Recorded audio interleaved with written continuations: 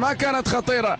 عادت مرة ثانية الاتحاد في الجهة اليسرى، استلام مشعل ياخذها لنفسه، مشعل الظهير الايسر يحاول يرفعها، هذه الكرة الآن خطرة، تسديدة،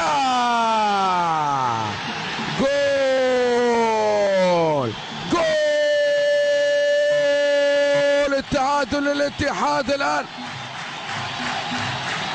هدف التعادل عن طريق حسني عبد ربه بعد ما أضاع الركلة الحرة، هو يسجل الآن، وفرحة اتحادية بهدف التعادل عن طريق المصري حسني عبد ربه.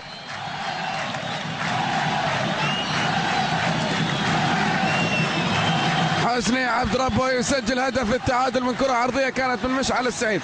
شوفها في الإعادة، شوفها في الإعادة، مشعل لعبها عرضية، بعد ذلك تهيأت وتسديدة جميلة في المرمى، تسديدة جميلة في المرمى. شوفها في الإعادة الخلفية، سكنها لنفسه بباطن القدم ومن ثم في المرمى، تسديدة قوية، هدف التعادل السعودي بأقدام مصرية.